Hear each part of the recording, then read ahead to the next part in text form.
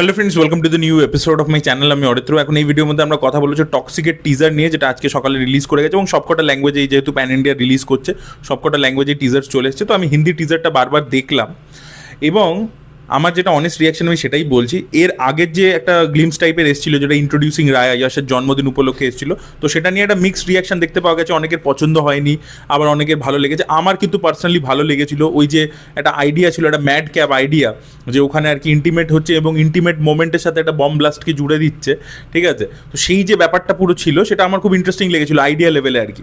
হ্যাঁ, অনেকের ক্রিঞ্জ লেগেছে, বাট আমার আইডিয়া লেভেলে ওটা খুব মানে এতটাই হিরোইক আর কি, যে ওকে গুলি বন্দুক চালাতে হচ্ছে না, ওর ওইটার থেকেই আর কি ব্লাস্ট হয়ে যাচ্ছে। জাস্ট ভাবুন। তো সেইটা আমার মানে শকিং একটা ব্যাপার লেগেছিল এবং ওটা নিয়ে প্রচুর কথাও হয়েছিল আর কি সোশ্যাল মিডিয়াতে।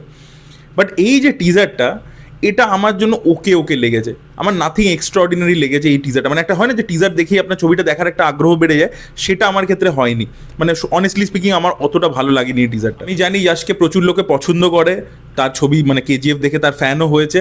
আমি ইয়াশকে আরও আগে থেকে তার সিনেমা দেখেছি, সেন্টু, স্ট্রেট ফরওয়ার্ড ইত্যাদি আগেও দেখেছিলাম। ইয়াশকে এ তো দেখেইছি, মাস্টারপিস বলে একটা ছবি ছিল, ওটা দেখেছি, এবং কেজিএফ তো দেখেছি। কেজিএফ আমারও পছন্দের। কিন্তু কথা হচ্ছে, এখানে যে গ্যাংস্টার ওয়ার্ল্ডটা দেখাচ্ছে, গোয়ার যে ব্যাকড্রপটা, যেটা খুবই ফাস্ট মানে ফাস্ট কাটসে দেখিয়ে বেরিয়েছে, একটা সার্কাসের ব্যাকড্রপ রয়েছে ইত্যাদি। গোয়াতে আমরা দেখতে পাচ্ছি মানে 1970s বা 60s সময়, যেখানে পর্তুগিজ শাসন ছিল। তো সেই যে একটা পুরো ওয়ার্ল্ড দেখতে পাচ্ছি, তো সেটাকে ব্রিফলি ভালো করে তো এক্সপ্লোর করেনি, বাট তার যে ভিজুয়ালসগুলো দেখতে পাচ্ছি, এক হচ্ছে ভিজুয়ালসগুলো প্রচণ্ড আর্টিফিশিয়াল মনে হচ্ছে। একটা দেখবেন বরফের শট আছে, বা একটা সমুদ্রের ধারের একটা শট আছে, তো সেগুলোর মধ্যে না একটা আর্টিফিশিয়াল ব্যাপার আছে, ঠিক আছে? কেজিএফে যেরকম একটা একটা পুরো অন্যরকম একটা কমিক বুকিশ ভাইব আসছিল, যেটা আগে দেখিনি, একটা পুরো ফ্রেশ ভিজুয়ালস ছিল, সেটা কিন্তু এই টিজারটার মধ্যে নেই। একদম ফ্রেশ ভিজুয়ালস কিন্তু নেই। এই ভিজুয়ালসগুলো, এই টাইপের, এই ধরনের কালার্স, এই ধরনের প্যালেট আমরা দেখে ফেলেছি অন্য বহু ছবিতে, বহু তেলেগু সিনেমা, তামিল সিনেমাতে আগেও দেখে ফেলেছি।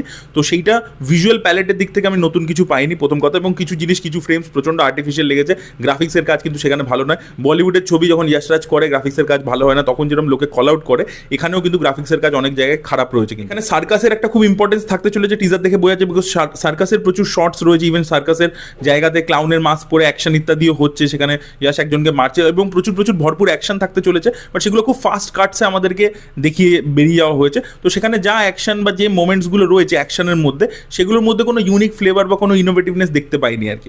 আর বাকি হচ্ছে যে মোমেন্টটা আমার জন্য ওয়ার্ক করেছে, সেটা হচ্ছে যে অ্যাস্ট্রের যে মোমেন্টটা ছিল, যে প্রথম থেকেই দেখাচ্ছে যে ও রায়াকে বলছে এবং সিগারেটটা ঝাড়ছে এবং বাইরে আর কি অ্যাশেসগুলো ফেলছে, অ্যাস্ট্রের ভিতরে ফেলছে না। তো ও অ্যাস্ট্রেটাকে তুলেই ঘুষি মেরে পুরো মুখটা ফাটিয়ে দেয়। তখন বলে তোমার ম্যানার্স আর কি, যখন আমি বলবো ওভার তখনই ওভার, তার আগে কিন্তু মানে have some manners, fucking manners, এরকমভাবে বলছে। এবং অ্যাস্ট্রের মানে ও মারা গেছে, বাট ওর হাতটা দিয়ে আর কি অ্যাশটাকে অ্যাস্ট্রের মধ্যে ফেলছে।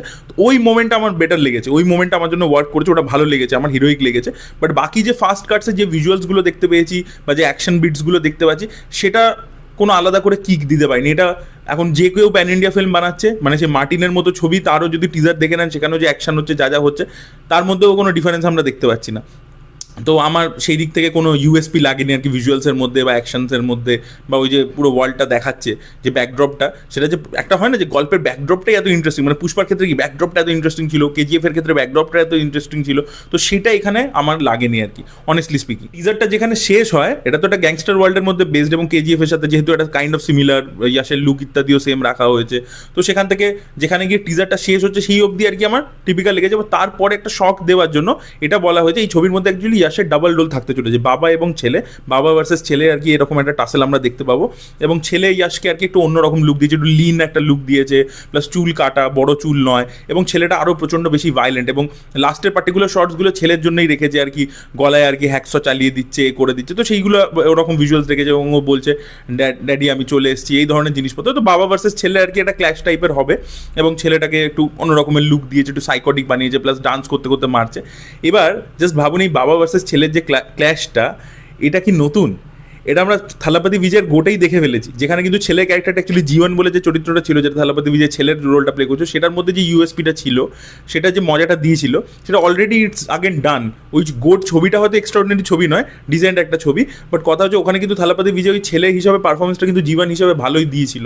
এবং ওখানে বাবা ভার্সেস ছেলে অলরেডি আমরা টাসেল দেখে ফেলেছি, ঠিক আছে? এবং আপনি বহু বছর আগে অজিত কুমার একটা ছবি করেছিল বারালারু বলে, তো সেখানেও কিন্তু বাবা ভার্সেস ছেলে এরকম টাসেল ছিল, ছেলেটা পুরো সাইকোপ্যাথ, আর বাবা আর কি মানে বয়স্ক একটা অজিত কুমারকে দেখাচ্ছে হুইল চেয়ারে থাকে, পরে টুইস্ট হিসাবে আসে যে হুইল চেয়ার নেই। তো সেখানেও এই ধরনের আমরা জিনিসপত্র দেখে ফেলেছি। তো এই যে ছেলে একদম পুরো সাইকটিক এবং বাবার সাথে আর কি টাসেল হচ্ছে, তো সেইটাও কিন্তু কোনো আলাদা করে এজ দিতে পারছে না, মানে এই প্লট পয়েন্টটা আমরা দেখেছি। এবং তার যে প্রেজেন্টেশনটা, যে ছেলে প্রচণ্ড সাইকোপ্যাথ, এটাও বহুদিন আগে তামিল সিনেমা কে.এস. রবিকুমার করে ফেলেছে ওয়ারালাডু ছবিতে। তো সেটা কোনো এজ দিতে পারেনি আগেন।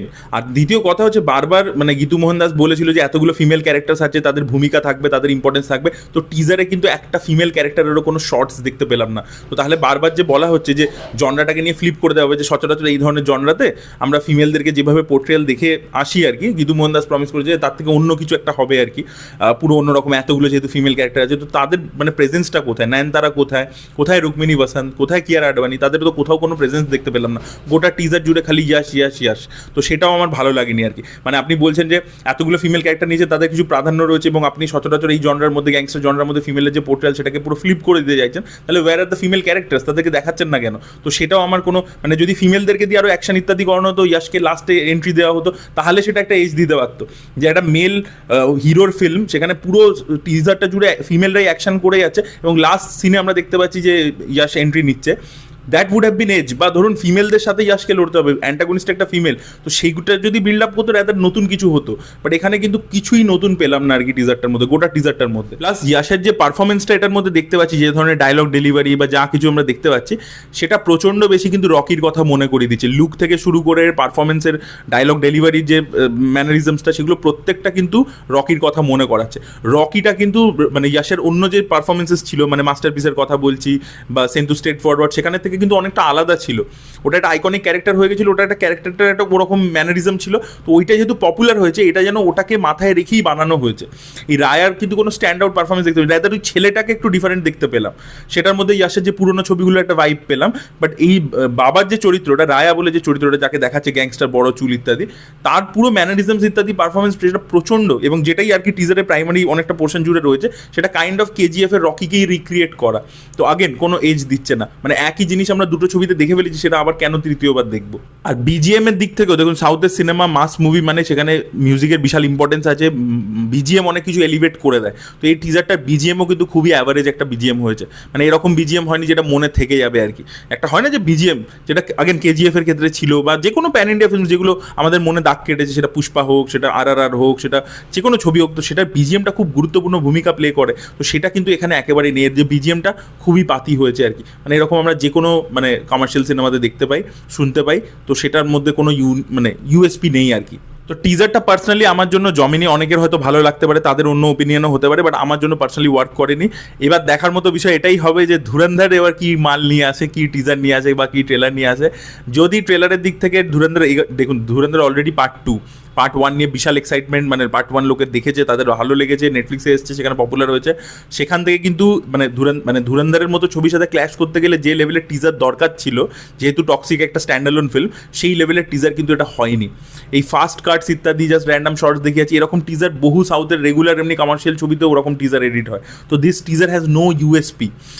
জাস্ট ভাবুন, ধুরন্ধরের যখন প্রথম টিজার এসছে বা ট্রেলার এসছে, তার যে কাটিং প্যাটার্ন ইত্যাদি, it was very very different from other commercial films, বা ফিল্ম হিসাবে ট্রিটমেন্ট হিসাবে ডিফারেন্ট, এবং সেটাই কিন্তু লোককে হাই দিয়েছে। সেটা কিন্তু টক্সিক দিতে ফেল করলো, কিন্তু টক্সিকের টিজার কিন্তু সেই মজাটা দিতে পারলো না। এবং দেখুন, এখানে যে থিমটাকে এক্সপ্লোর করবার চেষ্টা করছে, আমি কিছুটা বুঝতে পারছি আর কি। এই লোকটা নিজের বীর্যকে কন্ট্রোল করতো না, মানে রায়া যে চরিত্রটা, গ্যাংস্টার যে রকি বলছি, সরি, ইয়াস যে ক্যারেক্টারটা প্লে করছে রায়া, তো সে নিজেকে কন্ট্রোল করতো না। সে ফিমেলদের উপর অত্যাচার করেছে, বা তাদেরকে আর কি যা খুশি তাই, মানে জাস্ট অ্যাজ এ বডি, মানে হিউম্যান হিসেবে কনসিডারই করে না, একটা বস্তু হিসেবে দেখে আর কি। এবং দেখবেন একটা টিজারে ওই ফার্স্ট কাটসের মধ্যে একটা শটও আছে, যখন একটা মেয়ের সাথে মেকআউট করছে, পুরো বিছানাটা ভেঙে পড়ে যাচ্ছে। তো আর কি জাস্ট ওদের সাথে মেকআউট করে ইত্যাদি করে, আর ওর কিছু যায় আসে না আর কি, কোনো ইমোশনাল অ্যাটাচমেন্ট ইত্যাদি নেই। এবং সেখান থেকেই যে বীর্যকে ও সিরিয়াসলি নেয় না, সেই বীর্য থেকেই জন্মেছে একটা ছেলে যে ওর থেকেও বেশি টক্সিক, মানে he was toxic, his son is more toxic. তো সেই কনসেপ্টটাকেই আর কি দেখাবার চেষ্টা করছে আর কি, যে তুমি যে জিনিসটাকে একদম হিসাবে নিয়েছো, এবং সে হয়তো নিজের মার বদলা নিতে এসছে। এসছে। তো মাইট বি হয়তো কিয়ারা আডবাণী মা হতে পারে বা কিছু হতে পারে, এবং সেটা তার ছেলে ইয়াশ এবং সে বদলা নিতে এসছে। Might be this can be a story line, মানে যেটা আগেন আপনারা দেখেছেন যে কেজিএফ এর ক্ষেত্রে কোথাও দিওয়ারের আর কি ইন্সপিরেশন ছিল, তো এই ছবিটার ক্ষেত্রে আমার ত্রিশুলের ইন্সপিরেশন মনে হচ্ছে। অমিতাভ বচ্চনের ত্রিশুল বলে যে ছবিটা ছিল, সেখানে সঞ্জীব কুমারের ছেলে ছিল অমিতাভ বচ্চন, এবং সে কোথাও বদলা নিতে এসেছিল নিজের বাবার থেকে, নিজের মায়ের। তো সেরকম একটা অ্যাঙ্গেল হতে পারে, বাট ডেফিনেটলি সেটাকে আরও পাম্প আপ করে, অ্যাম্প আপ করে আর কি, এটা গ্যাংস্টার ওয়ার্ল্ড, আরও লার্জার দ্যান লাইফ, আরও মশালা ওরিয়েন্টেড জিনিসের মধ্যে বেস করে ব্যাপারটাকে দেখাচ্ছে। ওখানে একটা কর্পোরেট ব্যাকড্রপে দেখিয়েছিল ত্রিশুল ছবিটা, তো মাইট বি সেরকম হতে পারে, দেখা যাক সেটা কি হয়। তো আপনাদের কি ওপিনিয়ন টক্সিকের টিজার নিয়ে অবশ্যই কমেন্টে লিখে জানাতে পারেন। এই ভিডিওটা ভালো লেগে থাকলে লাইক করুন, শেয়ার করুন, চ্যানেলকে সাবস্ক্রাইব করতে ভুলবেন না। Bye bye.